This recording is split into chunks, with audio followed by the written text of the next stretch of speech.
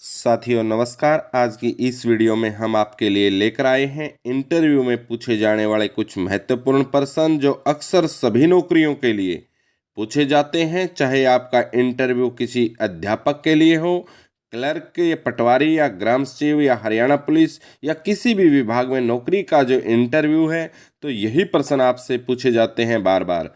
तो दोस्तों, इन प्रश्नों को लेने से पहले मेरी आपसे हम्बल रिक्वेस्ट है कि आप चैनल को सब्सक्राइब कर लें, क्योंकि हम इसी प्रकार की शिक्षाप्रद वीडियो आपके लिए हमेशा लेकर आते रहेंगे।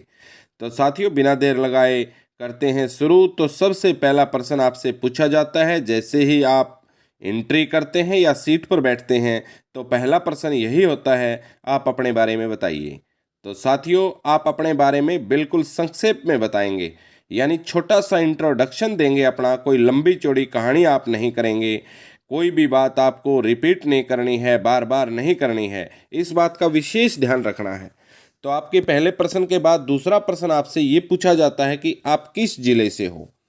तो साथियों, जैसे ही आप अपना जिला बताते हो, तो आप जिस जिले का नाम लेते हो, आपके बताए गए जिले के अनुसार आपके जिले से संबंधित प्रश्न पूछे जाते हैं।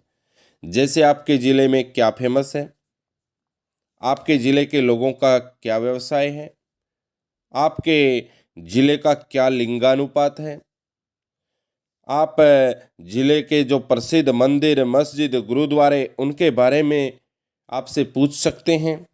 आपके जिले के शिक्षण संस्थानों के बारे में पूछा जा सकता है। जैसे आपके जिले में पढ़ने वाली जो यूनिवर्सिटीज हैं उनका नाम बताइए। तो अतः आप अपने जिले के फेमस चीज़ों के बारे में ज़रूर थोड़ा सा ध्यान देकर जाएं, उनके बारे में ज़रूर याद करके जाएं। आपके इलाके का जो एमएलए है उसका नाम पूछा जा सकता है। आपके जो इलाका यानी लोकसभा पड़ती है उस लोकसभा का एमपी का नाम पूछा जा सकता है। इन एमएलए और एमपीज की पार्टी का नाम पूछा जा सकता है। हरियाणा के मुख्यमंत्री का नाम पूछा जा सकता है।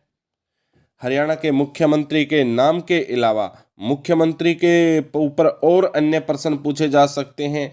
जैसे मुख्यमंत्री किस जिले से हैं, किस विधानसभा से हैं, मुख्यमंत्री किस पार्टी से संबंध रखते हैं। तो इस प्रकार आप मुख्यमंत्री महोदय के ऊपर भी प्रश्न याद करके जाएं। तो फिर आपसे पूछा जा सकता है कि हरियाणा के राज्यपाल का नाम बताएं। हरियाणा के मंत्रिमंडल के बारे में पूछा जा सकता है कि कौन सा विभाग किस मंत्री के पास है। तो ये मंत्रिमंडल के बारे में आपको तैयार करके जाना है कि मंत्रिमंडल में कौन कौन है। हरियाणा के मंत्रिमंडल में फिलहाल कौन सा विभाग, किस मंत्रालय किसके पास है। आपसे हरियाणा के कुल जिलों की संख्या पूछी जा सकती है। संख्या के साथ साथ सबसे बड़ा जिला कौन सा है ये पूछा जा सकता है। सबसे छोटा जिला कौन सा है ये पूछा जा सकता है। नया जिला कौन सा बना, कब बना, और कौन सा जिला किस जिले में से बना। इस तरह के आपसे प्रश्न पूछे जा सकते हैं। हरियाणा की कुल जनसंख्या कितनी है, तो आपसे ये भी पूछा जा सकता है।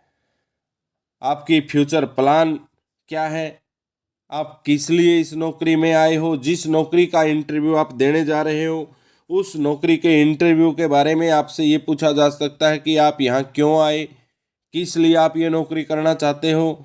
तो आपका बिल्कुल सिंपल सा जवाब होना चाहिए कि मैं देश सेवा के लिए अपनी इस नौकरी में आना चाहता हूँ, क्योंकि मुझे एक प्लेटफॉर्म चाहिए, तो वो प्लेटफॉर्म मुझे यहाँ से मिलेगा। तो देश सेवा का नाम लेना है आपको।